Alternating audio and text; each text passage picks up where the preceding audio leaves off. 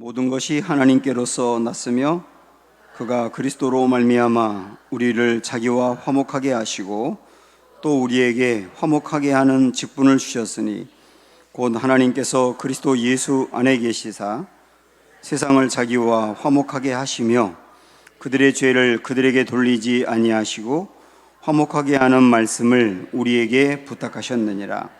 그러므로 우리가 그리스도를 대신하여 사신이 되어 하나님이 우리를 통하여 너희를 권면하시는 것 같이 그리스도를 대신하여 간청하노니 너희는 하나님과 화목하라. 하나님의 죄를 알지도 못하신 이를 우리를 대신하여 죄로 삼으신 것은 우리로 하여금 그 안에서 하나님의 의가 되게 하려 하심이라. 아멘. 특송이 없을 때는 인사를 세게 하면 됩니다. 그 사람과 사랑합니다, 축복합니다 둘러보시면서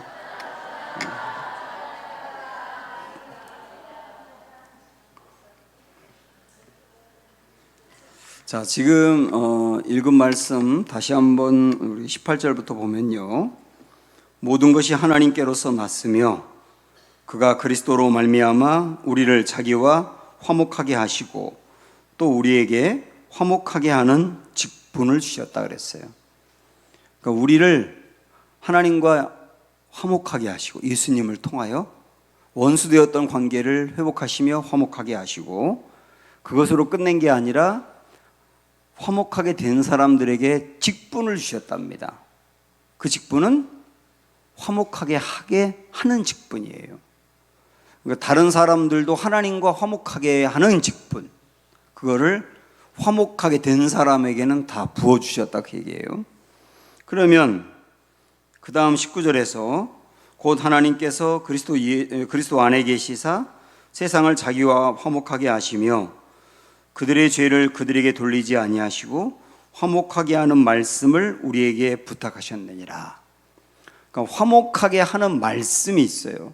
우리는 화목하게 할 직분을 받았다고 했는데 직분을 받은 사람이 화목하게 하는 직분을 어떻게 감당하느냐, 이 말씀을 전해야 된다는 거예요. 그 말씀이 뭐냐면 하나님께서는 세상을 자기와 화목하게 하시고 죄를 그들에게 돌리지 아니하시고, 원래는 죄를 지은 사람에게 하나님이 심판하셔서 그들을 멸망시켜야 되는데 그들에게 죄를 돌리지 않고 예수님을 통하여 세상과 화목하게 했다는 것, 그 메시지를 전하는 것이 화목하게 한 직분을 받은 사람의 복음의 내용이라는 거죠. 그러면 20절에서 그러므로 우리가 그리스도를 대신하여 사신이 되어 하나님이 우리를 통하여 너희를 권면하시는 것 같이 그리스도를 대신하여 간청하노니 너희는 하나님과 화목하라. 이렇게 하나님과 화목할 수 있도록 연결해 주는 이 사람들을, 그런 직분을 갖고 있는 사람들을 하나님의 대사라고 말한다는 거예요. 그리스도의 대사, 그리스도를 대신하여 그 사명을 감당하니까 그리스도의 대사라고 한다라고 하는 게 이 내용입니다. 한마디로 말씀드리면 내가 먼저 하나님과 화목하게 되고 그 다음에 화목하게 된 다음에 직분을 받았는데 다른 사람들을 하나님과 화목하게 하도록 연결하는 직분인데, 그 화목하게 하는 직분의 메시지가 뭐냐면 하나님의 세상을 심판하지 않고 세상을 구원하셨다는 거. 그래서 그걸 전하는 사람이 직분자인데 그 직분자를 다르게 말한다면 하나님의 대사라고 할 수 있다. 이 사명을 저와 여러분에게 주셨다, 그런 말씀하고 있는 거예요. 이 일을 하기 위해서 하나님은 어떤 사람, 하나님과 화목해야 될 어떤 사람을 건져내야 될 때, 그 사람을 건져내야 될 하나님의 때가 되면 우리에게 그 일을 하라고 초청하시는 겁니다. 그러니까 우리 마음에 내가 어떤 영혼들을 사랑하는 마음으로 그들을 주께로 인도하고 싶다, 그들에게 어떤 복음을 전하고 싶다 하는 마음이 우리에게 이렇게 들 때가 있지 않습니까? 그건 하나님이 우리를 초청한 때라는 거예요. 초청한 때. 왜 그때 초청을 했느냐? 그때가 하나님이 하셔야 될 때이기 때문에 초청을 하신 거예요. 하나님이 노아를 찾아가서 노아에게 너 방주를 만들어라 라고 말씀하신 것은 왜 하필 그때 말씀하셨느냐면 하나님의 심판의 때가 그때 임했기 때문이에요. 하나님이 아브라함에게 찾아가서 너 여기를 떠나가지고 내가 내게 지시할 땅으로 가라라고 그때 말씀하신 이유는 뭐냐면 하나님 나라를 세우기로 결심하시고 바로 그때가 하나님의 때이기 때문에 찾아오신 거예요. 그런 맥락으로 본다면 하나님이 80세 된 모세를 찾아가서 내 백성을 애굽에서 건져내라, 그리고 그들을 가나안 땅으로 인도해라 라고 말씀하시는 것은 그게 바로 하나님이 계획한 때이기 때문입니다. 이렇게 하나님은 하나님의 때가 되었을 때 우리를 찾아오셔서 어떤 영혼을 맡겨주시고 어떤 일을 하라고 하시고 우리를 부르시는 건데, 그걸 뭐라고 말한다고요? 하나님이 우리를 초청했다고 말하는 거예요. 하나님의 때가 되었다고 해서 하나님은 아무나 막 쓰는 것은 아닙니다. 하나님은 준비된 자를 쓰세요. 그렇다고 해서 내가 하나님의 일을 감당하기 위해서 지금부터 준비를 해야 되겠다, 그렇게 할 필요는 없습니다. 하나님은 예를 들어서 이때가 하나님의 때라 그러면 그 때에 쓰실 사람을 이때부터 준비시켜 가시는 거예요. 이 때에 대한 계획이 있을 때 하나님은 이때부터 이 날을 위해서 하나하나 준비해 가신다고요. 그래서 우리는 하나님이 나에게 지금 어떤 일을 하라 그러면 하면 되는 거고, 그리고 나에게 어떤 일을 맡기는 게 아니라 뭔가를 자꾸 준비시키면 준비하면 되는 거예요. 하나님은 우리를 준비시킬 때는 어떤 일을 먼저 맡길 수가 있어요. 그러니까 이 일을 감당해야 되는데 이 일과 연관되어 있는 어떤 일을 미리 경험시키는 경우가 있다고요. 그것도 준비시키는 거예요. 어떤 경우는 하나님은 우리를 단련시키기도 합니다. 이 일을 감당하려면 이 일을 감당할 만한 인격이 되어야 되고 성숙한 모습이 되어야 되는데 그 모습이 나오기 전에 미리 단련이라는 걸 시켜갑니다. 그것도 하나님이 준비시키는 거예요. 때로는 어떤 일을 맡기기도 하고 때로는 우리를 고난을 통해서 연단해 가기도 하고, 이 모든 것들이 전부 다 우리를 단련시켜가는 것입니다. 하나님이 모세의 나이에 80세 때 민족을 구원하는 그 일을 해야 되겠다 하는 게 하나님의 계획이지 않습니까? 그런데 모세의 나이 80대 때 일을 할 게 하나님의 계획인데 80세에 갑자기 부른 게 아닙니다. 모세를 광야에서 40년 동안 미리 훈련을 시킨 거예요. 모세는 하나님이 자기를 쓰지 않는다고 생각했을지 모르고, 그리고 자기는 밀려난 인생이라고 생각했을지 모르고, 이제는 자기가 뭔가 하나님의 큰 일을 감당하는 것은 글렀다고 생각했을 수 있어요. 그러나 모세는 그렇게 생각했을지 모르지만 하나님은 이때를 위해서 준비시킨 거예요. 광야로 보내가지고 광야에서 40년 동안 양을 키우면서 훈련을 시켜간 겁니다. 어떤 훈련을 시켰느냐면 외로움을 극복하는 훈련. 사방을 둘러봐도 양이나 염소밖에 없고 사람을 만날 수가 없어요. 그래서 늘 외로운 게 목자들이에요. 그 외로움을 통하여서 하나님과 교제하는 법을 배우고 외로움을 극복하는 법을 훈련시켜 가시는 거예요. 나중에 모세가 이스라엘의 지도자가 되어서 출애굽을 시켜가는 과정에서 지금 우리도 주일날 그걸 보고 있습니다마는 이스라엘 백성들이 조그마한 불편만 생기면 원망을 쏟아놓잖아요. 계속 원망하고 또 원망하고 그 일을 지도자는 계속 들어야 되는 거예요. 그리고 껄핏하면 모세에게 돌을 던져서 죽이려고 하고 자기들이 문제를 일으키고 수습은 모세에게 하라 그러고 그리고 모세의 책임이라고 돌리고, 그래서 모세는 출애굽기와 민수기를 쭉 읽어보면 항상 외로워. 리더이기 때문에 외로운 거예요. 그런데 보세요 여러분, 모세가 백성들이 원망한다고 같이 싸우거나 다 없는 거로 하자고 판을 뒤집는다거나 아니면 너희가 지도자가 하라고 한다거나 이러질 않고 꿋꿋하고 묵묵하게 그 길을 가지 않습니까? 물론 나중에 그 물을 달라고 요청하니까 화가 나가지고 지팡이를 2번 탕탕 치면서 내가 너희에게 물을 줄까 그러면서 혈기를 부렸던 적은 있어요. 그러나 거의 대부분 아무리 외로워도 모세는 그 길을 간다고요. 제가 묵상을 해봤어요. 야, 모세 이 사람이 어떻게 이렇게 외로움 속에서도 늘 혼자라고 하는 생각이 들 수 있었을 텐데 그 백성들을 끌고 갔는가. 그러고 보니까 40년의 훈련이 있는 거예요. 40년의 훈련. 외로움을 극복해가는 훈련, 그런 걸 통하여서 하나님은 지도자로 준비해 가셨다니까요. 모세는 40세 때까지 왕궁에 있으면서 왕자의 그 삶을 살았고, 그리고 최고의 나라의 최고의 왕자였기 때문에 모든 걸 다 누리며 살았어요. 그런데 졸지에 광야로 떨어지면서 양을 키우는 신세로 전락을 했습니다. 전락해도 그렇게 전락할 수가 없어요. 근데 그걸 통하여서 모세 안에 있는 교만이라고 하는 것들은 다 떠나가는 거야. 교만도 양을 키우면서 사방을 둘러봐도 알아주는 사람도 없고 아무도 없는데 무슨 교만을 할 수 있겠어요, 거기서. 교만이라고 하는 게 다 떠나가고 겸손만 남는 겁니다. 겸손. 이 주님의 일을 감당하려면 겸손하지 않으면 감당을 못 하는데, 하나님은 40년 동안 광야 생활을 통하여 그를 훈련시키는데 교만이 떠나가고 겸손으로 무장되는 훈련을 시켰다고. 그리고 하나님을 바라보면서 주님의 음성을 듣는 훈련, 이런 훈련들을 시키고 난 다음에 또 하나는 양을 돌보면서 양이 아프면 그 양을 치료해야 돼요. 또 양이 걷지 못하면 어떤 때는 그 양을 안고 가거나 등에 메고 가야 돼요. 양 한 마리 한 마리를 이름 불러가면서 돌봐야 돼요. 그러면서 그걸 통하여 영혼을 돌보는 훈련을 시킨 거예요.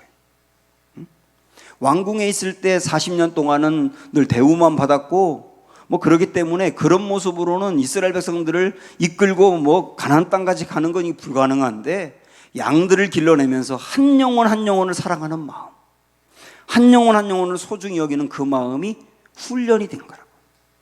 그 다음에 그것도 훈련됐어요. 외로움을 극복하는 것도 훈련됐어요. 교만을 버리고 겸손해지는 것도 훈련이 됐어요. 그럴 때 하나님이 준비시킨 다음에 80세 때 그를 통하여 민족을 구원하는 일을 하셨단 말이죠. 이렇게 주님은 우리를 불러서 하나님의 일을 맡겨주는, 초청하는 때가 있다. 그런데 그 때를 위해서 미리 하나님은 우리를 준비시켜 가시는 거다. 다시 말씀드리지만, 하나님이 때가 되었다 해서 나를 쓰려고 할 때는 예 주님 저 같은 사람을 쓰신다면 드리지요라고 나가면 되는 거고, 어떤 때는 하나님이 나에게 뭔가 일을 맡기는 것보다는 준비를 시켜간다고 생각할 때는 그냥 그 자리에서 묵묵히 준비해 가면 되는 거고, 어떤 때는 고난을 만나고 그 고난을 극복해가는 과정이 있다면 그것도 내가 연단되어서 주님의 때를 준비해 가는 것이라 여기며 가면 되는 거고, 그렇게 되어서 어느 시점 하나님의 때가 될 때 우리를 쓰신다는 얘기예요. 그게 하나님이 일하시는 방식을 말씀해 주고 있는 겁니다. 오늘 낮예배 때 제가 베드로에 대한 말씀을 드렸는데, 베드로는 예수님을 따라다니면서 그가 수제자의 역할을 했었기 때문에 항상 내가 수제자 그러면은 항상 내가 먼저고, 제자들 중엔 내가 먼저고, 제자 중엔 내가 대접을 받아야 되고, 제자 중엔 내가 으뜸이야라고 하는 생각이 있을 수밖에 없거든요. 그런데 그가 판판이 무너지고 그리고 예수님을 부인하면서 실패하고 더 이상 나는 제자도 되지 못해, 나 같은 사람은 제자의 자격도 없어 라고 생각하면서 모든 걸 다 이렇게 내려놓았을 때, 그때 하나님이 드디어 그를 주님의 제자로 쓰잖아요. 그러니까 그걸 보면 하나님은 어떤 때는 실패를 선용하셔서 주님의 일을 감당할 사람으로 준비시키기도 하는 거예요. 이렇게 본다면 제가 자주 드리는 말씀이지만, 하나님은 나의 광야의 생활, 그리고 외로운 상황, 그리고 이전에 그 좋았던 걸 다 잃어버리고 순식간에 내 인생이 전락했다고 하는 상황, 그리고 내가 지금은 실패했다라고 하는 그 상황, 모든 걸 다 선용하셔서 하나님의 일을 할 만한 도구로 준비시키고 쓰시기 위한 사람으로 다듬어 가시는 거다. 하나님에게 그 모든 것들은 다 쓰실 만한 도구가 되는 거다라고 하는 것을 알 수 있단 말입니다. 그래서 하나도 버릴 게 없는 거예요. 그러면 하나님은 하나님의 때가 되면 우리를 하나님의 역사를 위해 쓰신다는 말씀을 드렸고, 그 일을 위해서 어떤 때는 미리 준비시킨다는 말씀을 드렸어요.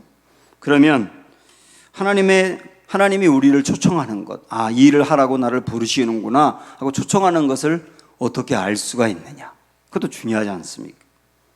어떻게 알 수 있느냐면, 우선 하나님이 우리 그동안에 계속 이 사역훈련이나 주일날 오후의 말씀을 통하여 배웠지 않습니까? 하나님 나를 써주세요. 내가 무슨 일을 할까요? 그렇게 기도하지 말고 항상 눈을 열어서, 영적인 눈을 열어서 내 주위에서 지금 하나님이 어떤 일을 하시는지를 찾고 그 일이 하나님의 일이라고 확신할 때 동참하면 된다. 그런 말씀을 드렸지 않습니까? 그러면 내 주변에 이렇게 일을 둘러보면서 아, 이 일이 하나님의 일이구나라고 내 마음에 확신 있게 깨달아지기 위해서는, 다시 말하면 하나님 나를 지금 이 일을 하라고 부르시는구나라고 알기 위해서는 뭔가 분명히 알 수 있을 만한 근거가 있어야 되거든요. 그러기 위해서 필요한 게 뭐냐면 하나님이 우리의 영적인 눈을 뜨게 해주셔야 돼요. 영적인 눈을 이렇게 떠서 아, 이 일이 하나님이 원하는 일이고 지금 하나님이 이 일을 하시기 때문에 내가 이 일에 동참을 해야 되는구나 라고 내 마음에 확연히 알기 위해서는 영안이 열려야 된다고요. 영안이 열리는 게 얼마나 중요하냐면 엘리사의 그 사환 이야기 여러분 아시죠? 아람 군대가 이스라엘을 쳐들어와서 사방으로 포위했을 때 그 아람 군대를 본 엘리사의 종은 두려워 떱니다. 그런데 똑같이 아람 군대를 보면서 엘리사는 담대해요. 똑같이 적들을 보면서 어떤 사람은 담대하고 어떤 사람은 두려워한단 말이죠. 그래서 막 두려워하니까 엘리야가 하나님께 뭐라고 기도를 하느냐면 이 종의 눈을 열어서 보게 해달라고 기도를 해요. 그때 하나님께서 이 종의 눈을 여니까 그 영안이 열리니까 뭐가 보이느냐면 하나님의 불말과 불병거들이 보이는 거예요. 거기에 수많은 하나님의 군대가 진을 치고 있는 게 엘리사는 보였었는데 종이 안 보였다가 다시 보게 된단 말이에요. 그거 보고 나니까 담대해지는 거예요. 그걸 보면 하나님이 준비하시고 하나님이 하시는 역사, 그런 것들은 또 다르게 말하면 하나님이 나를 이 일을 하라고 부르시는구나 라고 확신하는 것은 영안이 열려야 된다고요. 그 영안이 이 종처럼 말이죠. 또 하나, 우리 예수님께서 예루살렘 그 성정과 예루살렘 성을 보면서 우신 적이 있지 않습니까? 그러면서 우리 주님 무슨 말씀하셨느냐면 예수님이 예루살렘 지도자들에게 너도 오늘 평화에 관한 일을 알았더라면 좋을 뻔하였거니와 지금 내 눈에 숨겨졌도다. 예루살렘의 종교 지도자들이 지금 예루살렘의 운명이 어떻게 될지 전혀 몰라요. 앞으로 이 예루살렘이 얼마나 형편없이 망하게 될지를 모른단 말이에요. 그러니까 망하게 될지 모르니까 지금 마음은 평안한 거예요. 근데 우리 주님의 말씀이 뭐냐면 너희가 눈을 떠서 이 예루살렘이 앞으로 어떻게 될지 알았더라면 지금 이러고 있지는 않을 거란 얘기예요. 이것도 우리가 눈이 열려야 하나님이 원하는 게 뭐고 하나님이 일하시는 게 뭔지를 볼 수 있단 말입니다. 또 교회를 다니면서 영안이 열리는 게 정말 중요한 거예요. 주님의 일을 감당하는데도 이 영안이 열려야 되는 거예요. 그래서 영안은 어떻게 열리느냐면 우리 기도하는 거예요. 여러분의 기도의 제목 중에 이런 게 있습니까? 주님, 내 눈을 열어 하나님이 일하시는 역사를 보게 해 주십시오. 여러분 그 기도를 하고 계시나요? 우리가 주여 내 문제 해결해 주세요. 우리 가정의 어려운 문제, 우리 아이들의 길을 열어주세요. 이런 기도는 해야 되고 또 많이 하지만, 그러나 주님 나의 영안이 열려서 하나님의 역사를 보게 해주세요. 내가 어디에 동참을 해야 될지 내 영안이 열려서 그걸 보게 해주세요. 이런 기도 거의 안 하거든요. 근데 정말 중요한 기도입니다. 여러분 그 기도를 하세요. 나의 영안을 열어주세요. 영적으로 깨우침이 있게 해주세요. 그걸 보게 해주세요. 그리고 거기에 동참하는 겁니다.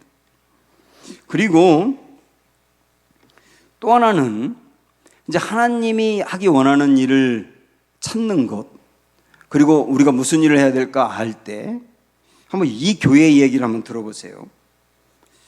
하나님이 우리 사역훈련에서 공부하는 세스커튼에 있는 이 교회에 어떤 마음을 주시느냐면 캐나다 중서부 지역에 교회를 개척하면 좋겠다 하는 꿈을 줍니다. 왜냐하면 그 지역은 카톨릭 중심의 지역이기 때문에 개신교가 없었어요, 거의. 거기에 개신교가 세워졌으면 좋겠고 우리가 개척하면 좋겠다 하는 마음을 목사님도 교회 지도자들도 갖게 됩니다. 그러면 보통 자 우리 교회에 만약에 우리 교회 저에게 하나님이 교회를 개척하면 좋겠다 하는 마음을 주신다면 보통 교회는 이 일을 어떻게 추진해 갈까요? 어느 지역이 좋을까 하고 리서치를 하겠죠. 어떤 지역이 좋을까 리서치를 하겠고, 그 다음에 여러 가지 조사하고 연구한 다음에 교인들에게 어쩌면 투표로 붙일 겁니다. 이 지역이 있고 여기가 있고 여기가 있는데 여러분 어디로 하면 좋겠습니까? 라고 해서 예를 들어서 75대 25가 나왔다면 75대 쪽을 따라서 할 거예요. 보통 교회가 그렇게 일하거든요. 그런데 이 교회는 캐나다 중서부 지역에 개척하면 좋겠다는 마음을 주셨을 때 투표를 한다거나 리서치를 하지 않아요. 하나님이 개척할 마음을 주셨다면 개척할 곳도 주실 거라고 하는 믿음이 있어요. 그래서 기도합니다. 기도하다 보니까 교인 중에 한 명이 목사님을 찾아와서 제 고향이 알렌이라고 하는 곳인데요. 그 알렌이라고 하는 곳에 아이들이 있는데 교회가 없기 때문에 성경 학교를 못해요. 그러니까 우리 교회 청년들 교사들을 그 지역으로 보내서 여름 성경 학교를 했으면 좋겠어요 라고 하는 요청을 합니다. 그때 목사님은 마치 중서부 지역의 교회를 개척해야 되는데 어디로 해야 될까라고 기도하는 중이었고, 이 교인이 알렌이라는 지역에 그 일을 했으면 좋겠다고 요청할 때 예사롭게 받아들이지 않고, 이 교인 한 명이 요청했다고 해서 무시하지도 않고 굉장히 소중하게 그 의견을 듣습니다. 그리고 기도하니까 거기에 성경학교를 열었으면 좋겠다는 마음이 들어서 교사들을 보냅니다. 거기로. 목사님도 함께 가죠. 가서 교사들은 성경학교를 할 때 이 목사님은 그 아이들의 부모들을 초청을 해가지고 부모들을 위한 밤이라고 하는 행사를 열어요. 거기서 찬양하고 설교도 하고 집회를 했는데, 집회가 다 끝나고 난 다음에 하나님이 이 목사님 마음에 이 지역의 교회를 세우면 좋겠다는 마음을 강하게 주세요. 그래서 그곳에 있는 그 부모들에게 이런 말을 합니다. 우리는 하나님이 이곳에 교회를 세우기를 원하실지도 모른다는 생각을 합니다. 여러분 중에서 누구든지 정기적인 성경 공부를 하고 싶거나 새 교회의 일원이 되기를 원하는 분은 강단으로 나오세요. 이렇게 요청을 합니다. 그때 한 젊은 여인이 앞으로 걸어 나옵니다. 그러면서 이분이 얘기를 하는 게 뭐냐면, 저는 이 마을에 교회가 세워지기를 위해서 30년간 기도해 왔습니다. 근데 여러분이 저의 기도에 응답인 것 같습니다. 이렇게 얘기를 합니다. 그러고 났더니 조금 있다가 한 노인이 앞으로 나오더니만 이분이 또 말을 합니다. 저는 이전에 교회를 다녔었는데 어떤 일로 인해서 교회에서 떠나가고 그동안에 술에 빠져 살다가 중독에 빠지기도 하고 그러다가 다시 하나님 품으로 돌아왔는데 여기에 교회가 없어가지고 여기에 교회를 세워달라고 하루에 4시간씩 매일 기도했다. 그 제 기도의 열매입니다 라고 말해. 거기 교회를 세우는 거예요. 이분은 그런 과정을 통해서 무슨 말을 하느냐면, 하나님이 일하시는 것을 성도들이 안 믿는다는 거예요. 하나님이 계획을 하면 하나님이 이룰 수 있는 방법도 주시고 하나님이 그 일을 이루어 가시는데 우리는 그런 걸 믿지 않기 때문에 우리의 방법으로 투표를 하고 뭔가 결정하고 연구하고 그래서 우리가 다 하려고 하는데 그러다가 하나님의 일을 못 한단 말입니다. 그러니까 우리는 하나님 하시는 일을 이렇게 찾고 볼 때 우리의 눈을 열어서 하나님이 그 모든 일을 행하신다는 것을 알고 내가 다 하려고 하지 않고 하나님이 이끌어가는 대로 따라가는 훈련들이 필요하다는 거예요. 신앙생활에서 이런 훈련들을 필요로 하는데, 저는요 우리 교회에서 정말 많이 얘기하는 게 주님이 하십니다거든요. 주님이 하십니다. 성도들도 그런 말 되게 좋아해요. 주님이 하십니다. 그런데 우리는 주님이 하십니다라고 고백을 하지만 주님이 하실 수 있도록 여지를 남겨드리지 않아요. 내가 다 하려고 그래. 내가 못하면 못하는 거고 내가 하면 할 수 있는 거고 하나님 하실 여지를 안 드린다. 그러니까 요즘 교회가 뭐 예산은 있고 뭐 있을지 모르지만 하나님이 하시는 역사를 보지 못하는 거예요. 왜? 여지를 안 남겨드리니까. 그래서 그렇게 하나님이 하실 일을 바라보며 그 일에 내가 참여하는 게 하나님의 역사에 동참하는 거다. 이렇게 말씀하고 있는 겁니다. 또 하나, 만약에 다른 어떤 사람을 하나님이 하나님과 화목하는 일로 이렇게 부르라고 나를 초청할 때, 그러면 하나님이 이 사람을 지금 인도하라고 나를 보내셨고 이 사람을 끌어내라고 하는 것이구나라고 하는 것을 어떻게 알 수 있느냐? 그 사람과 대화를 하는데, 어떤 사람과 대화를 하는데, 여러분 한번 잘 들어보세요. 제가 구체적으로 말씀드리는 겁니다. 그 사람과 대화 중에 그 사람의 영적인 것에 대해서 묻거나, 영적인 것에 대해서 묻거나, 그 다음에 영적인 것에 대한 관심을 보이거나, 그런 일을 보게 된다면 하나님이 그 사람을 건질 때가 됐다는 걸 알라고 말씀하는 겁니다. 그럴 때는, 그 사람이 그런 질문을 할 때는 하나님의 때가 되었기 때문에 더 볼 것도 없이 강력하게 이끌어내라는 거예요. 강력하게. 또 하나는 이 사람이 과연 하나님의 때가 된 사람인가라고 하는 것을 알기 위해서 그에게 몇 가지 영적인 질문을 던져볼 필요가 있고, 그 질문에 그 사람이 어떻게 대답하는지를 보고 판단할 수도 있다고 말합니다. 예를 들어서 이런 겁니다. 어떤 사람과 여러분이 대화를 하다가 제가 당신을 위해 기도해 드리고 싶은데 무슨 기도를 할까요? 이렇게 이제 묻는 거예요. 그 사람은 하나님을 알지 못하는 사람일 수 있겠죠. 그때 그 사람이 그 물음에 긍정적이고 영적으로 대답을 해서 자기의 마음을 열고 이런 기도 제목을 이야기하면서 기도해 달라고 한다거나, 그럴 때는 그 사람을 건질 때가 되었다는 걸 알라는 거죠. 또는 당신의 인생에 있어서 가장 힘들었던 일은 무엇입니까? 라고 묻는다거나, 현재 당신의 인생에서 일어나고 있는 일 중에 가장 의미 있는 일은 무엇입니까? 라고 하는 것을 이렇게 질문해 봐서, 그럴 때 그가 대답하는 것을 보면서 아, 이 사람은 영적으로 지금 열려있다라고 하는 것을 발견하면 그를 강력하게 이끌어내야 한다. 이런 얘기도 우리가 중요하게 여길 수 있다는 겁니다. 예를 들어서 하나 말씀드리면,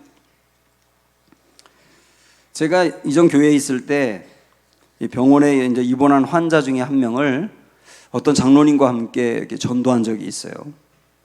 병원에 그 장로님이 먼저 가가지고 그 환자를 만나고 왔는데 저한테 그러더라고요. 목사님, 이번에 저하고 병원에 한번 가보시자고. 거기에서 꼭 한번 만나서 대화하고 싶은 사람이 있다고. 그래서 제가 갔어요. 그분 이제 병원에 온 지 꽤 오래됐는데 낫지 않아가지고 이제 거기에 그냥 무료하게 시간을 보내고 있더라고요.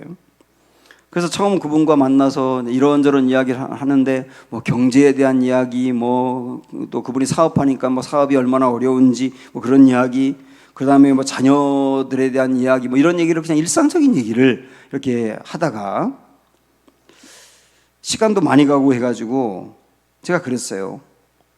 제가 기도해 드리고 싶은데 기도해도 될까요? 이렇게 물어봤어요. 그분한테. 그랬더니 그분이 갑자기 뭐라고 대답하냐면, 저 사실 우리 아버지가 공주에서 장로님이었는데 교회 4개를 졌어요. 그러는 거예요, 저한테. 그리고 자기 형이 3명이 있는데 전부 다 장로님인데 4 형제 중에 자기만 교회를 안 다녀요. 그래서 형들이 늘 자기를 위해서 기도하고 있고 교회를 다녀라 그렇게 얘기한다는 거예요. 그래서 자기 얘기를 그렇게 하더라고요. 그러면서 자기 딸이 있는데 지금 뭐 연예인이 되려고 하는데 이런 것 때문에 고민이 된다, 이런 얘기도 막 하면서 그냥 막 풀어놓으면서 아유, 형들이 교회를 그렇게 가라고 하는데, 이렇게 말을 흐리는 겁니다. 그래서 그분 위해서 기도하자고 하고 딱 기도를 하는데 성령님이 제 입에서 기도를 주시고 있구나 하는 생각이 딱 드는 거예요. 막 그 입에서 나오는 기도가 그렇게 주님이 역사하는 기도더라고요. 기도가 딱 끝났는데 그분이 남자분인데 눈물이 이렇게 흘리고 있어요. 그분이 그 다음 주 교회를 나왔거든요. 그 교회를 나오기 시작하더니 이분이 정말 열심히 나오는 겁니다. 그러더니만 서울에 이제 병원에 갈 일이 있어서 제가 신방 갔을 때 거기서 형을 소개해 주더라고요. 그러니까 그 형 장로님이 저를 만나가지고 밥을 정말 비싼 걸 사주면서 우리 동생, 우리의 평생 기도 제목이었는데 교회를 나오게 돼서 정말 감사하다고 그러면서 저에게 그렇게 감사해 하더라고요. 제가 우리 교회로 오게 될 때, 오게 바로 직전에 그분이 이 제천에 어떤 콘도가 있어가지고 저한테 제 아내하고 콘도에 며칠 좀 쉬다 오라고 그래가지고 간 적이 있었거든요. 근데 그분이 거기 와가지고 거기서 함께 이제 이렇게 여행도 가고 그러면서 많은 대화를 나눴어요. 그리고 제가 헤어질 때 사실은 제가 이러이러해서 인천으로 가게 됐다고. 그러니까 이분이 갑자기 확 방으로 들어가더니만 조금 있다 나왔는데 얼굴이 뻘개져가 나왔어요. 보니까 그렇게 울었어요. 근데 그렇게 목사님 가신다는 얘기를 듣고 자기가 너무 아파서 마음이 아파서 울었다는 거예요. 그 뒤에 제가 오고 난 뒤에도 수시로 연락을 하면서 지금 어느 교회를 나가고 있다고 말하고 딸이 무슨 일을 해가지고 지금 뭐 TV에도 나왔다 그러고 자기가 교회에 갔는데 교회가 작은데 건축원금을 한다고 해서 자기가 얼마를 했다 그러고 지금 신앙생활을 그렇게 잘하고 있어요. 우리가 주님을 믿으면서 항상 마음에 간직해야 될 생각은 주님은 나를 화목하게 하는 직분으로 불렀다. 나를 하나님의 대사로 불렀다. 그래서 하나님의 대사인 나는 매 순간순간마다 어떤 사람을 하나님께로 연결해서 화목하게 해야 될 직분이 있다는 것을 여러분 항상 생각하시면서 마음을 여시기 바라고, 근데 하나님의 때가 된 사람을 나에게 붙여준다. 내가 일해야 될 때를 하나님이 나에게 알려주신다. 그래서 늘 영안을 열어서 주님, 내가 무슨 일을 해야 될까요? 무슨 일을 해야 될지 보게 해주세요라고 기도하다 보면 어느 순간에 하나님이 여러분에게 붙여주는 사람이 있다는 거예요. 하나님의 일을 맡겨줄 때가 있다는 거. 그럴 때는 하나님의 때가 되었기 때문에 주님이 하신다는 것을 믿고 담대히 나아가라고 하는 것.